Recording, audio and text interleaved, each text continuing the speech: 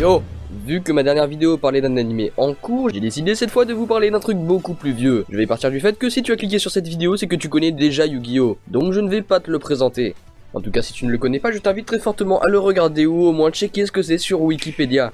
Si beaucoup connaissent l'anime réalisé par le studio Gallop entre 2000 et 2004 couvrant les tomes 7 à 38 du manga, la première adaptation du manga réalisée par le studio Toei Animation est-elle complètement inconnue pour la plupart d'entre vous. Et c'est bien dommage, car c'est peut-être la meilleure partie de l'histoire qui est adaptée durant cette saison, les tomes 1 à 7 du manga. Cette vidéo aura pour but de vous présenter cette saison 0 tombée dans l'oubli, et je l'espère de vous donner envie de regarder cette saison. Bref, c'est parti pour le secret de Yu-Gi-Oh!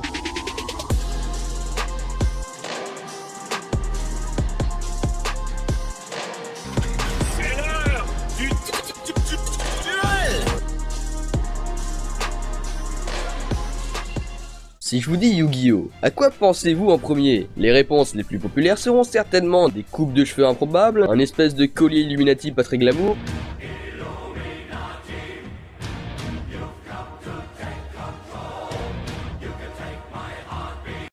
et si je vous disais qu'avant d'être un animé de jeu de cartes, Yu-Gi-Oh! Était une œuvre beaucoup plus sadique. En effet, Yu-Gi-Oh! Se traduit approximativement par maître du jeu, ce qui prend énormément de sens quand on sait qu'à la base, le personnage de Yami est quelqu'un de naturellement doué au jeu en général, et non pas à un seul misérable jeu de cartes. Pour faire un parallèle avec des animés récents ou des mangas récents d'aujourd'hui, je pense que cette saison 0 s'assimilerait bien à un No Game No Life, ou bien encore, si vous connaissez, je ne pense pas, mais un Dilemma, qui est aussi un très bon manga que j'ai découvert il y a peu. Bref, aussi on comprend que certains personnages qui ne sont que secondaires dans la série principale ont à un moment donné été importants lors de cette fameuse saison 0. Bref, faisons un petit break sur l'anime et parlons un peu du manga.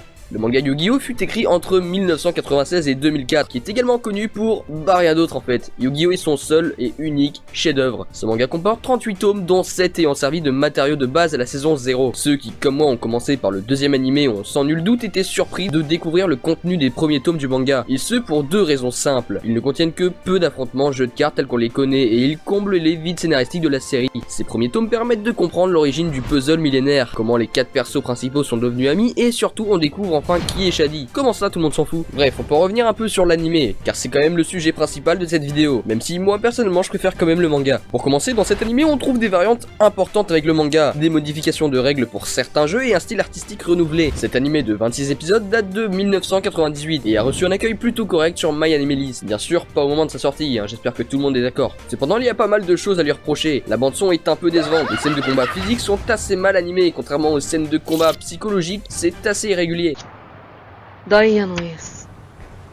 Salut.